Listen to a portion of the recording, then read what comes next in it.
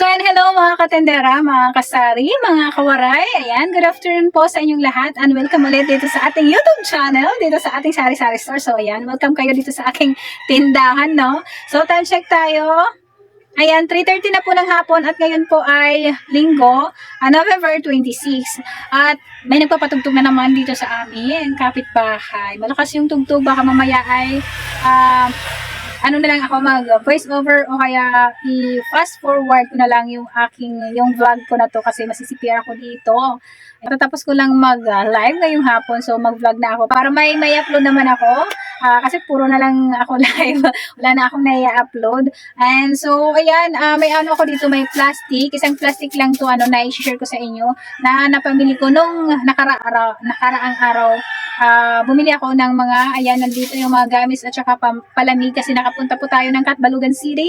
So, ayan, sinabay ko na po yung pagbili ko ng mga gamis at saka yung palamig kasi may nakita ako doon na tindahan na may mga gamis sila. So, bumili na ako ng mga gamis kasi gusto ko mag-order sa Shopee ng mga ganito na mga gamis, ng mga cheap toys, kung ano man ang mga laruan kasi nakikita ko rin sa ibang na mga sari-sari store owner na nag-vlog din na doon sila umu-order sa Shopee. Pero hindi pa ako nakapag-try mag-order sa Shopee. Kaya gusto ko subukan mag-order sa Shopee or Lazada para maka-order na lang ako online ng aking mga paninda para dito sa tindahan yung mga ganito na mga gamis, yung mga pangbata na mga paninda para mas makamura po ako kasi may free shipping naman minsan ang Shopee. So, ito sinabay ko na lang kasi may dati nagtinda ako ng mga gamis tapos naubusan na ako, hindi na ako nakabili. Habang nandun na ako sa Catbalogan, sinabay ko na lang ang pagbili ng gamis. Tsaka yung mga palamig na yung ibang flavor. Kaya lang yung palamig ngayon ay hindi pa siya ganun ka mabenta kasi maulan pa dito sa amin. Pero siguro pag maaraw na, yan ano na yun, medyo okay na yung bintahan natin sa mga palamig na tinitinda natin. So ito yung natin na pamili. Yan. Dumating ito kahapon kasi nung sumakay ako ay naiwan ko siya, hindi ko siya nadala. So kahapon pa lang siya nadating dito. Tapos ito ay i-repack ko, lalagay ko sa mga plastic tupper. Patulad sa mga nakikita ko sa Shopee, yung parang gamis in a tube yata isang tawag dyan. So wait lang, andun yung binili ko na mga tupper, yung mga maliliit lang, andun sa taas, kunin natin. Ito yung sinasabi ko, dito ko siya ilalagay, dito sa ang tawag dito ay RN10. So, 10 pieces ang laman ng isang pack. Ang bili ko nito ay 45 pesos. Ayan, sa Catbalogan ko siya nabili. 45 pesos and ito naman ay ano naman to? 500 ml. 500 ml naman siya. Tapos, ang bili ko naman ito ay 65 pesos. So, dito ko ilalagay yung gamis. Itratay ko siya dito or dito. O, pwede dito na lang para, kasi kunti lang naman yun. Diba yung 50 pieces yung laman. So, pwede na siguro siya dito. Pag hindi magkasya dito, baka dito ko na lang ilagay. O, try din natin gumawa ng ganon para dito sa tindahan. Kasi hindi pa ako nag-try ng ganon na ilalagay dito sa tupper. Try natin kung papatok dito sa store, kung magiging mabenta ba or anong mangyayari. I-share ko sa inyo kung magiging patok dito sa tindahan or hindi. Kung maging okay dito sa tindahan, bibili ulit ako ng mga gamis, iba-ibang iba-ibang design. Diba kasi yung gamis naman ay iba-iba yung mga design niya, diba? So, try natin pag naubos. Yung nabili ko ngayon ay 3 pa lang na design ng gamis. Kasi sinusubukan ko pa lang, kaya hindi muna ako nagdami. Kasi try muna natin, testing muna natin kung magiging patok dito sa tindahan. Saka na tayo magdami kung okay yung bintahan ng mga gamis na nandito sa mga plastic tupper na ganito. So, dito ko lang muna ito ilagay sa baba. Ito yung resibo. Ayan. Yung ibang resibo ay sa gulay kasi namili ako ng gulay at saka yung iba ay sa mga soft drinks kasi nagtanong ako kung magkano na yung mga soft drinks ngayon at saka yung mga wheat. Tapos ito yung resibo ko, ayan dito, ayan, nabayaran ko ay 1,930 pesos. Ayan, sa isang sa isang ganito lang, nakabayad tayo ng 1,930 pesos. So, buksan na natin. I-share ko lang sa inyo guys, yung nabili ko. So, ayan, bumili ako ng mga juices. Ayan, ito ay tasty palamig. Ang price nito ay 130 ang bawat isa, tapos 7 na ganito. Ang binili ko, iba-ibang flavor. Kasi wala akong paninda na ganito na flavor na mga ganito dito sa tindahan. Ito mga ganito, Ayan. Tasty ang kanyang tatak. So ayan mga katender, balik tayo dito. May bumili sa akin ng bihon. Ang kanyang tatak ay tasty. May ano kami doon, may mga palamig din kami. Ang tatak naman ay enjoy. So ito, pineapple. Ayan ang kanyang flavor, pineapple. Tapos meron tayong na red iced tea. Ayan, red iced tea. So dalawa, yung binili ko na red iced tea. Tapos meron tayong blue lemonade. Dalawa din si blue lemonade. Ayan, dalawa yan, dalawa. So dito natin ilagay. And meron tayong tasty na kalamansi. Ito si tasty na kalamansi, nakapagbenta na ako nito. So yan, ang dalawa-dalawa lang. Ito dalawa lang kasi sinusubukan ko pa lang din yan kung mabili ba yan dito sa tindahan. Ano? Bugas. So ayan, balik tayo dito. May bumili sa amin ng bigas. So, dito ulit tayo. So, ito yung tasty na So, ito yung calamansi flavor ay dalawa lang. And itong lemonade ay dalawa. Tapos si red iced tea ay dalawa lang. Tapos isa lang si pineapple, isa lang. So, ito lahat ay 910 ay ang kanyang resibo. Tag 130 po ang isa at 7 lang yung binili ko. Ano lang naman to, try natin kung mabenta rin itong ibang flavor. Kasi meron ako dito si Enjoy, yung meron ako. Tapos, anong flavor yun? Ang flavor na yun ay choco, melon, and buko pandan at saka buko. So, mabenta yun sila. So, ito, try natin ito kung magiging mabenta ba dito sa tindahan. Kasi ito, bumili ako ng gamis. So, ito na si gamis. So, ayan. Ang ating gamis na bigat. Ilang kilo kaya ito? Wait lang, i-kilo ko nga kung ilang kilo. Try natin.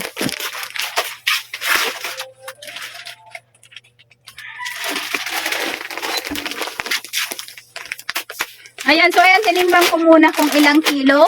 Ano pala to? Ang laman pala nito ay 2.5 kilos. Ayan. So, ayan si gamis. Ang binili ko na gamis ay 3 klase lang at 340 ang isa. Yan, bawat ganyan ay 340. So, ang aking binayaran ay 1,020. Tatlong ganito lang yung kinuha ko. So, ayan, ang kanyang tatak ay, ayan Kula, yung nakalagay dito. Gamit na shoes, tas Kula, MM. Ayan Ito yung kinuha ko kasi parang maganda yung yung packaging niya.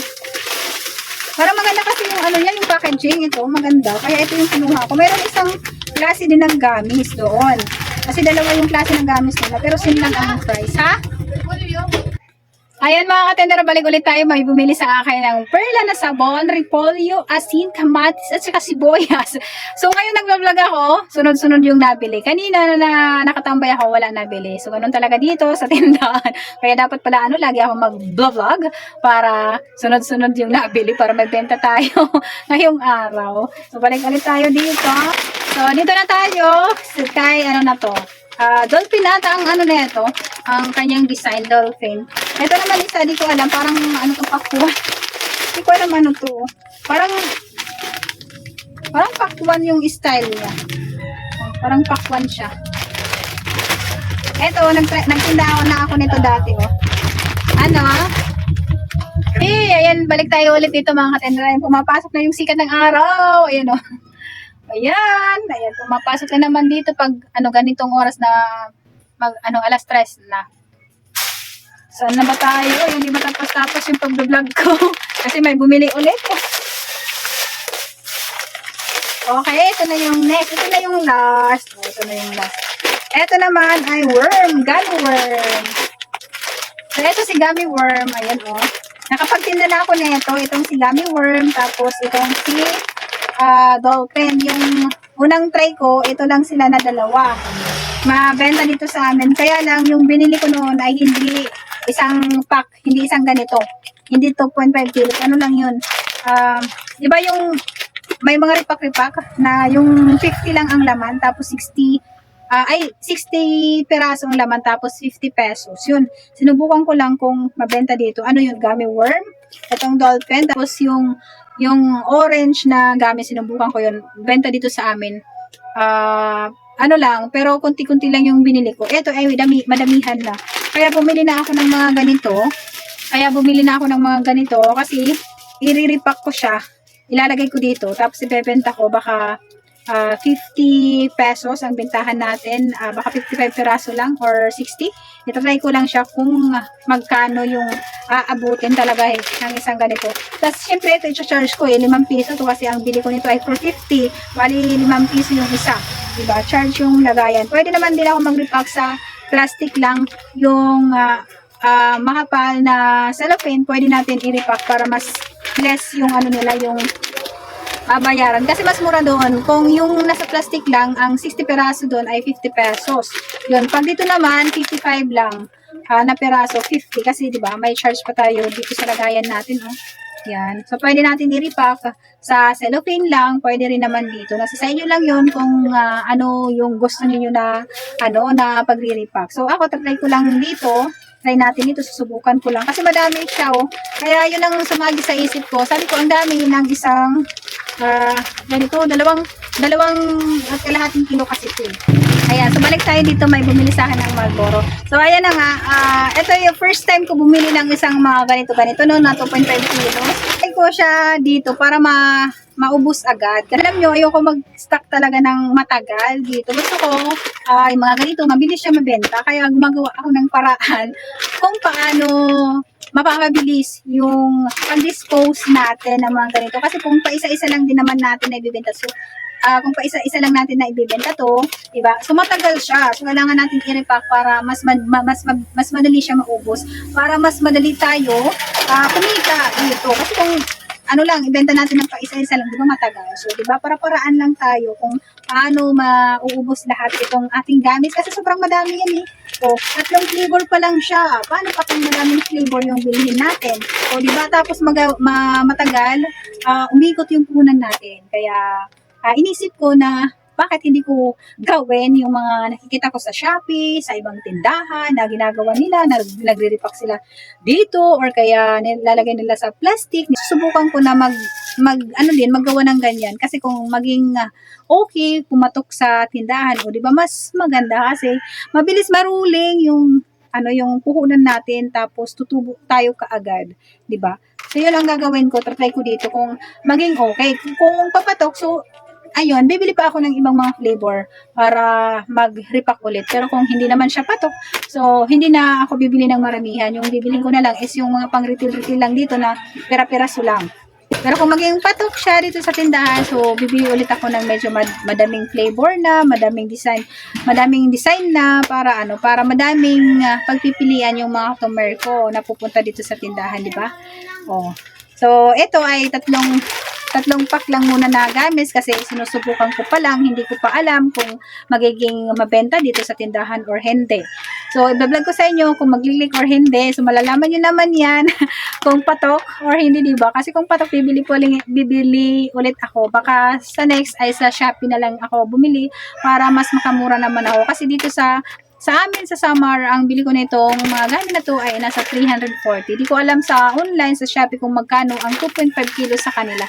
Pero kung same price lang naman na 340, so di na ako bibili sa Shopee. Dito na lang ako. Sa Katbalogan na lang ako bibili. Kasi may mga gamit naman doon sa Katbalogan na binebenta. So ayan mga katender at mga kasari. So ito lang muna yung vlog ko ngayong hapon.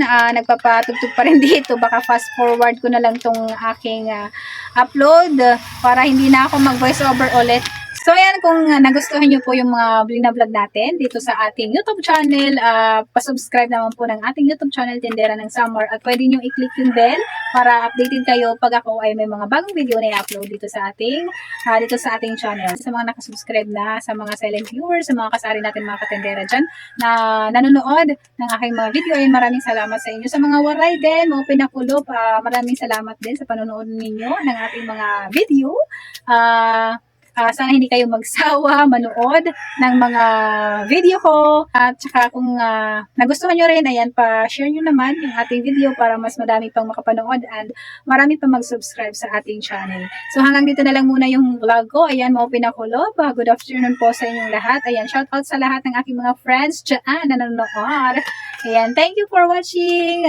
Happy selling po sa ating lahat, mga kasari, mga katendera. Bye-bye!